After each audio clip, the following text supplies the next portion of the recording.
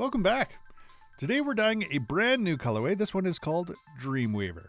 It is a stunning colorway with lots of pinks, lots of purples, a little bit of blue, and it's really magical and mystical. We've got our yarn in the pot already. This is our fingering weight base, and we've added a little bit of soak. Soak basically consists of a little bit of vinegar, a little bit of water, basically drops the pH in the pots to make sure that our acid dyes strike.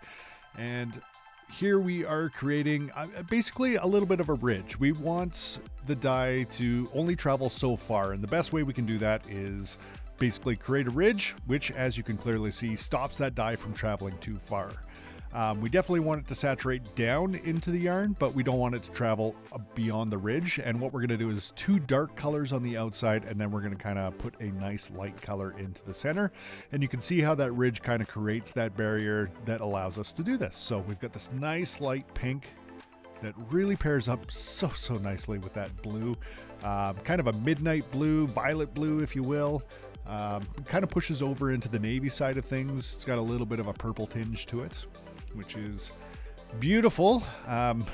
We do have a midnight, which pairs up really nice with this, but I'll show you that at the end, of course. We always do our pairings at the end.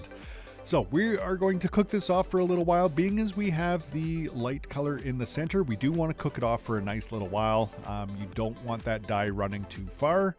And if we were to flip it and that blue wasn't quite set, it would just absolutely destroy the center of this skein. So as you can see, we just got a little bit of purple left in the pots here from the blue. It's not going to take an effect the other side too much. It's nice and light. So if anything, I would say it really matches up with the center and it'll help it go a little bit further. Lots and lots of white on this side. We're going to flip this over. When we are dyeing our yarn, I would say on average, we're trying to take and push for about 60% saturation. So we really want that dye to go a little bit past halfway through the yarn, and then we're going to dye up the other side. Same thing though, we're going to puff up the center here. We're going to do 2 darks on the outside and a light into the center. So we've got some bright, I'm not going to call it a bright pink. It's not a hot pink. But it's definitely on the pinker side of things, kind of a orchid kind of pink, perhaps, if you will. I absolutely love how the blues and the pinks and the reds all play together. On the other side of things, we got just a nice, dark, rich purple. We really darkened it up. We added some charcoal to it just to give us a little bit of a different shade. And then what we're going to do is we're going to throw a little bit of gray, some mouse gray into the center. I absolutely love adding gray to colorways. It helps me reduce the amount of white that's in the pot without having to add too much color to it. And it really just kind of mixes in pinks, purples, grays, blues. Gray goes with just about anything. So as you can see, we mixed it up and it basically goes away. It just kind of pushes that colorway a little bit further and gives us an additional shade in there. So once we've got it cooked up, onto the twister. This is the Hank twister, of course. Well, we got to twist this a little bit. I really like to highlight a lot of the colors in the center of the skein. That seems to be where the eyes focus the most. So I want to get as many colors as we possibly can, just right at the bottom curve of this skein here. So tucking our extra ends in, all the ties, you tuck them in, makes the skein look nice and pretty. We got those dark blues on that fingering weight that really came across quite nicely. We'll get them all into the light box side by side. This here is our DK weight. It is a 80/20 merino nylon, exactly the same as our fingering weight, just twice as thick. So we've got this nice fluffy DK weight. The DK does tend to push a little bit more of the whites, so it kind of sucks up that dye a little bit faster than the fingering weight. The fingering weight kind of spreads across. The DK weight tends to have a little bit more white spots in it. The worsted weight generally kind of matches up with that fingering weight. Sometimes it's a little bit brighter, all depends.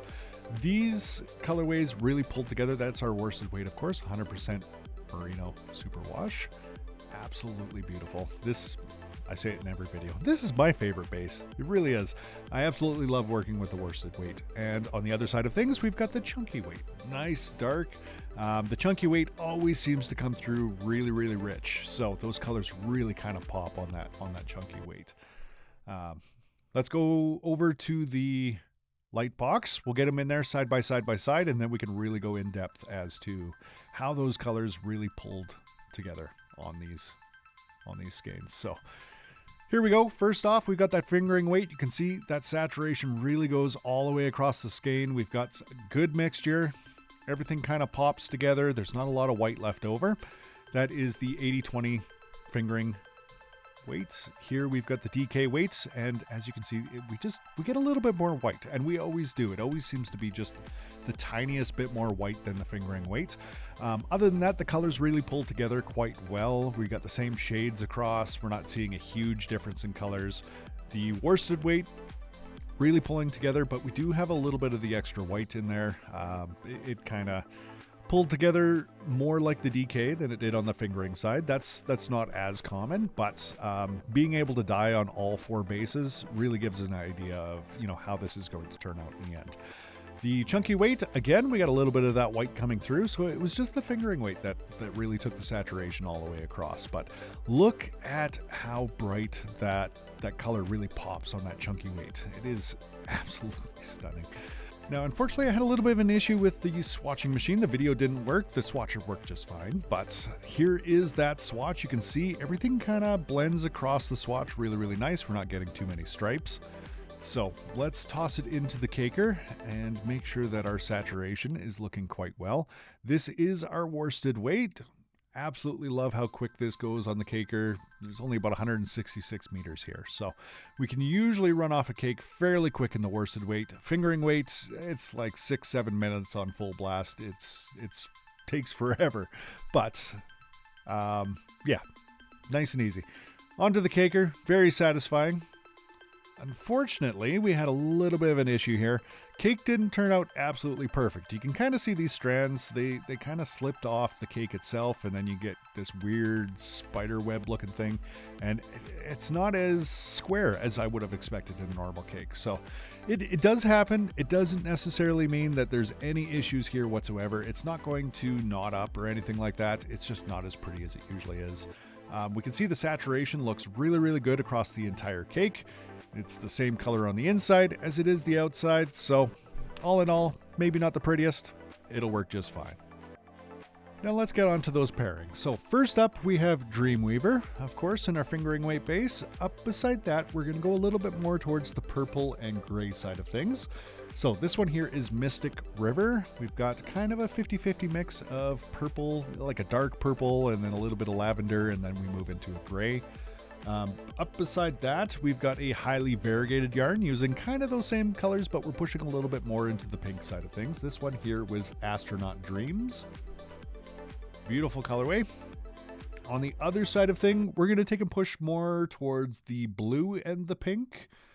So this one here is Serene Oasis, which is absolutely beautiful. These blues, it's basically the same family. Serene Oasis is a little bit lighter, but it's the same blue family. So up beside that, we have Color My World, which means we're pushing more in towards the pinks and the grays on this side, almost like the purple and gray on the other side, but pink and gray on this side. And then up beside that one, we have actually one of my older colorways. This one is called Shadow Bloom. So we've got those pinks, the reds, we got the burgundy in there, a little bit of gray. Absolutely stunning fade all in all. I've got them up on the website. If you just scroll down a little bit past the photos themselves, there is a section called Goes Well With. These 5 have been listed, as well as 5 semi-solids. So let's get into those. First up, of course, we've got Dreamweaver. And then over on the other side, we are going to take and run Grape Juice. So this one's kind of pushing more towards the purple side of things. I did have the plum in here, but I found it was just a little bit too overpowering. Grape Juice is definitely the right purple to push on this one. Up beside that, we have Longing for Lilac, which is actually quite matchy-matchy in here with the pinks. It goes really, really well. It's not a perfect match, don't get me wrong, it's a different shade, but it's the same family, so we're really getting kind of a nice blend on there. Up beside that, we have the Midnights, and like I said earlier in the video, this Midnight is basically the same blue that we have in Dreamweaver, so they go really, really well together. And in all honesty, I don't put Ecru Undyed in here very often, but this one just felt right. Threw it up beside it, and it really kind of brought the colors together of Dreamweaver. If you're looking for something safe and simple, as always, charcoal. Charcoal literally goes with just about everything. Like I mentioned before, I've got these up on the website. Scroll down a little bit, you're going to take and see goes well with. And I've got 5 variegated yarns, 5 semi-solids to go with pretty much every single colorway. So, number one comment I always get is, I want to see this knit up. Well, the good news is, I have a swatch available on the website.